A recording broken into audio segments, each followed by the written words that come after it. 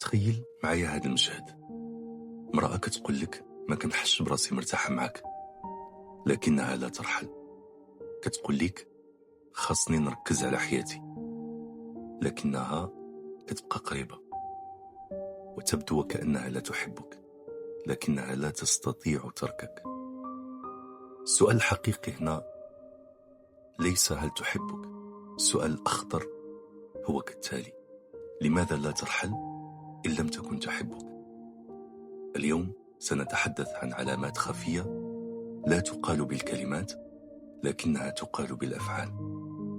علامات تقول إن المرأة لا تحبك، لكنها متعلقة بك، محتاجة لك أو خايفة من الفقدان ديالك. أولا، الفرق بين الحب والتعلق. قبل أي حاجة لازم نفرقوا بين الحب والتعلق. الحب طبعا كيعني اختيار، حرية، ورغبة صادقة في الآخر. والتعلق على العكس من ذلك هو خوف وحاجة دائمة، وكيرمز كذلك لواحد الفراغ داخلي. المرأة اللي كتحبك تريدك لأنك أنت، أما المرأة المتعلقة بك فهي فقط تحتاجك لأنها تخاف أن تكون وحدها. وهنا تبدأ الإشارات الخفية. من بين العلامات الأولى هي أنها لا تظهر شوقا، لكنها تغضب إن ابتعدت. هي لا تبادر ولا تسأل ولا تشتاق علنا، لكن جرب أن تختفي قليلا، جرب أنك تقلل الاهتمام.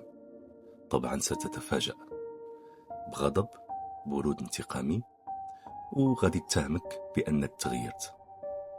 طبعا هذا يا أخي ويا أختي ليس حبا، هذا خوف من الفقدان. العلامة الثانية هي فقط تحب اهتمامك أكثر مما تحبك أنت. لاحظ، تفرح بالرسائل لا بك، تحب صوتك حين تطمئنها لا شخصك، تحب وجودك وقت ضعفها لا وقت قوتها. أنت هنا كتعتبر فقط عبارة عن وظيفة نفسية، مطمئن، داعم، ومسكن للخوف، وليس شريكا عاطفيا حقيقيا. العلامة الثالثة هي لا ترى مستقبلكما معا بوضوح. حين تتحدث عن الاستقرار والتخطيط والغد، فإذا بها تغير الموضوع، تضحك، تقول خلينا نعيش اللحظة أو خلينا نعيش اللحظة. لكن الغريب هي لا ترحل، لأنها تستمتع بالحاضر معك، لكنها لا تراك اختيارا نهائيا.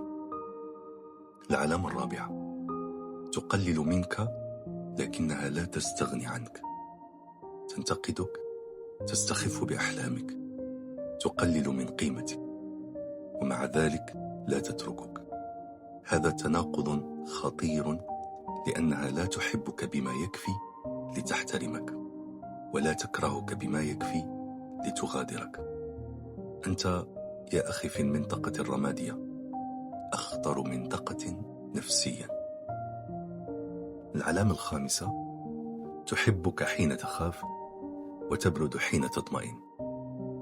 حين تكون غيورا، خائفا، متعلقا، تقترب، وحين تصبح واثقا، هادئا، غير محتاج، فإذا بها تبتعد، لأنها لا تتغذى على حبك بل على احتياجك. إذن لماذا تبقى هي ولماذا تبقى أنت؟ هي تبقى لأنها تخاف الوحدة، تخاف الفراغ، وتحتاج الأمان. وأنت تبقى لأن عندك أمل، تتعلق بالفتاة، تخاف أن تبدأ من جديد. لكن الحقيقة القاسية، العلاقة التي تبنى على الخوف لا تنهيها إلا الشجاعة. إذن ماذا تفعل إن اكتشفت هذه العلامات؟ توقف عن إعطائها أكثر مما تعطيك. راقب أفعالها لا كلامها. اسأل نفسك: هل أنا مختار أم مستخدم؟ وتذكر يا أخي، الذي يحبك حقا لا يجعلك تشك في قيمتك. ليس كل من بقي معك يحبك، وليس كل من لم يرحل اختارك. أحيانا الرحيل الحقيقي لا يكون منها بل منك أنت، حين تختار كرامتك على التعلق ووعيك على الوهم. إن أعجبك هذا الطرح لا تنسى دعم القناة نحو الأفضل، واكتب لي في التعليقات هل مررت بعلاقة كهذه. إلى اللقاء، وإلى وعي أعمق، ودائما نحو الأفضل وإلى الأفضل.